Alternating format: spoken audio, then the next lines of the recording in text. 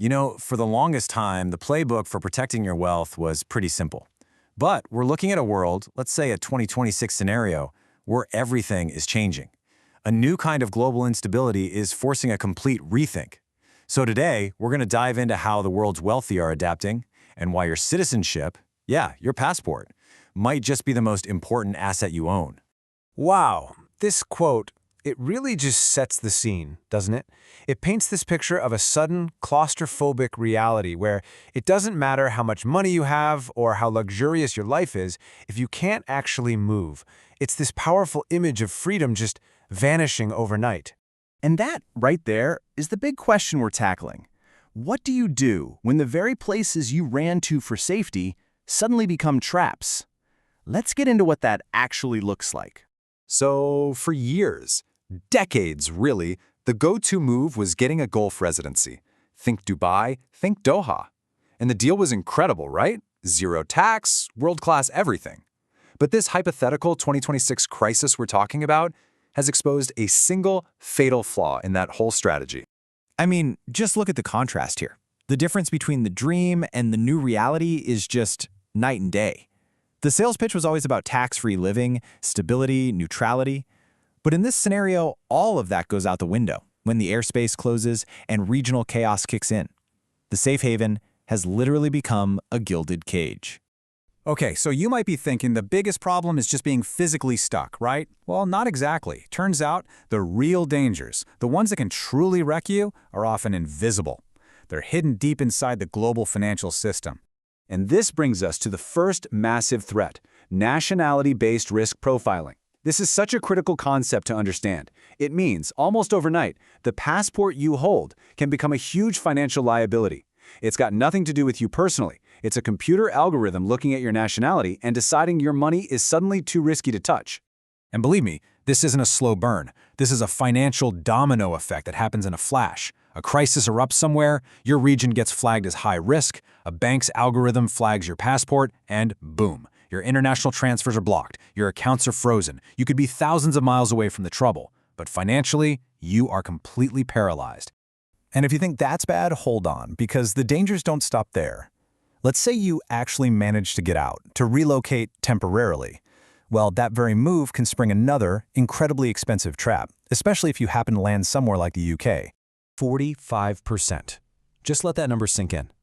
You flee a crisis, spend a couple of months in London thinking you're safe, and you could accidentally trigger UK tax residency. And suddenly, you owe their government nearly half of your entire global income. It's an absolutely devastating financial consequence that comes from just trying to get to safety. Oh, and for the cherry on top, if you decide to solve this problem for good by, say, renouncing your US citizenship, it's not free. Governments are making it more and more expensive to leave, hitting you with massive exit taxes. They're going to make you pay for the privilege of walking away. All right, I know what you're thinking. This all sounds pretty terrifying, right? A total nightmare scenario. But this very pressure has forged a completely new way of thinking about asset protection, one that basically acts as the ultimate insurance policy against this kind of chaos. And this is where the entire game changes. It's a total shift in mindset. Tax residency isn't just a lifestyle choice anymore. It has to be flexible. And citizenship, which most of us think of as just an accident of birth, is now being treated as a strategic asset. It's your insurance policy. So what do we call this new strategy? It's called jurisdictional diversification. And it's really simple when you think about it. You'd never put all your money into one stock, right? Of course not. So why would you tie your entire life, your freedom, and your wealth to the fate of a single country? Okay, so that's the theory. But what does this strategy actually look like on the ground? Where are people going? In 2026, 3 countries in particular have really emerged as these top-tier neutral havens. First on our list is Mauritius. It's become this incredible hub for people who need that rock-solid institutional stability and want to stay connected to business in Europe, the Middle East, and Africa, but from a very safe distance. Next up, we've got Uruguay. It's being called the Switzerland of the Americas, and it's really considered the gold standard for 2026. Why? Insanely good tax incentives, a fantastic quality of life, and it's just a solid, stable anchor in South America. And our third haven is Costa Rica. You can think of this as the ultimate escape hatch. It's for those who want absolute geopolitical neutrality.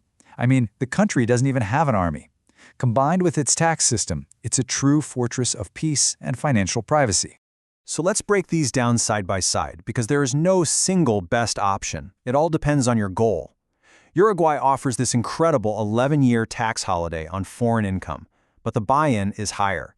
Mauritius has a really low entry point for business and a flat tax with no capital gains tax. That's the tax on profits from selling assets. But as you can see, getting a passport takes forever. And then there's Costa Rica, with a pure territorial tax system. That means you only pay tax on money you make inside Costa Rica. Anything you earn outside, zero tax. That's huge. Now this chart, this really tells a story. One of the biggest factors here is speed. Look at this difference. Uruguay, you could have a second passport in your hand in as little as 3 to 5 years. Mauritius, you're looking at a 20-year-plus journey. For a lot of people, that timeline alone is a complete deal breaker. Okay, so let's pull all of this together. What's the bottom line? What are the new rules of the game when it comes to preserving your wealth and your freedom in this crazy, volatile world? So, let's just run through the big takeaways. First, and this is crucial, the passport in your wallet is now a direct financial risk factor.